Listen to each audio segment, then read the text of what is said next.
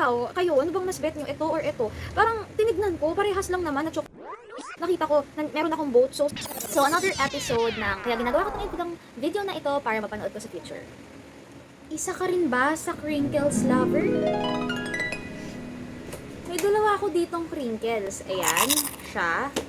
And eto, ayan. Ayan, so another episode na, kaya ginagawa ko tong video na ito para mapanood ko to sa future. Para may babalikan ako, di ba?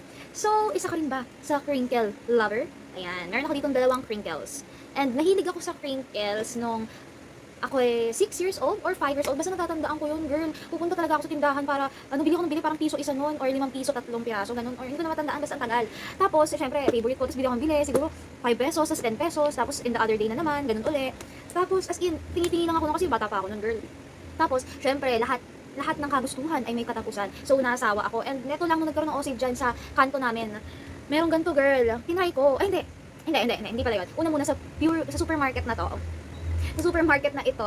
Tapos, bumili ako kasi nagutom ako. So, kinuha ko siya, nilagay ko siya dun sa basket namin, tapos kinain ko siya sa loob ng supermarket na yun. Tapos, nang babayaran na namin sa counter, ubus na. Pero okay lang naman yun, di ba? Kasi as long as babayaran mo na. Tapos, ito na nga, nagkaroon ng ganito sa kanto namin. Ayan, nagganto siya.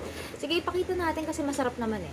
Ayan, ng osave sa kanto namin. So, girl, tinry ko, tapos sabi ko, yung parang pagkagusto ko sa kanya dati ng bata ako, nagbalik ulit, parang dito, tapos lagi na ako bumibili. Tapos pinagalitan ako kasi baka madiabetes ko na ako.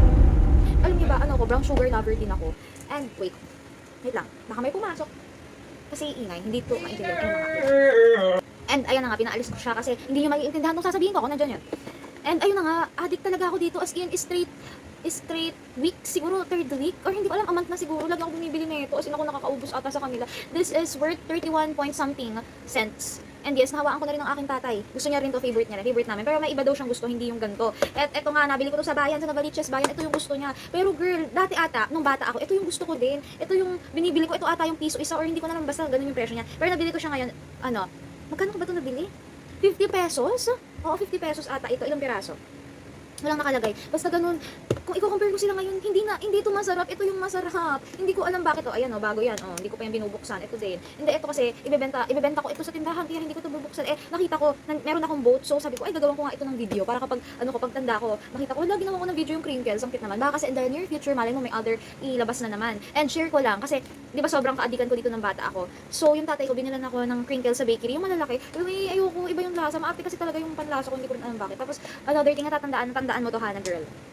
Nagdedede daw ako ng, Cerelac. Ay, Cerelac, dede. Hindi, basta meron akong dede.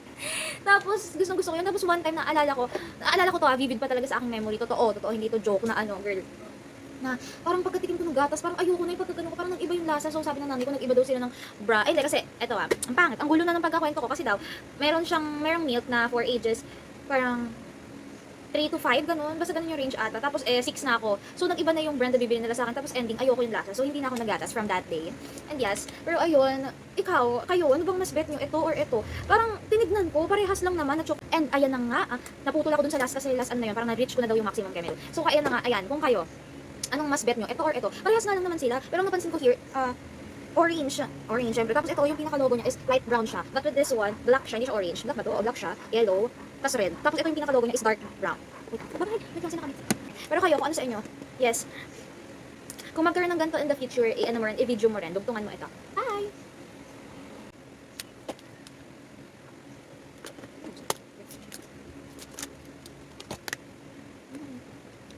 Ito ang best version.